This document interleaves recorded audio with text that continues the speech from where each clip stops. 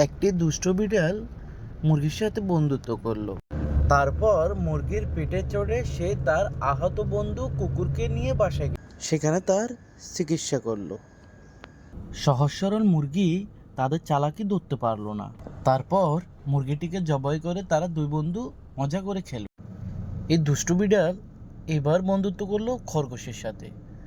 বিড়ালটি খরগোশকে তার সাথে তার বাসায় নিয়ে গেল এবং তাকে অনেক খাবার পরিবেশন করলো।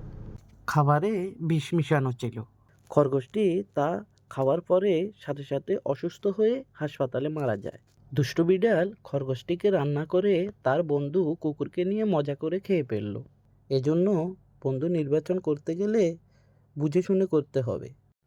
আমাদের ভিডিওগুলো আপনাদের কাছে ভালো লাগলে লাইক, শেয়ার, সাবস্ক্রাইব করতে ভুলবেন না।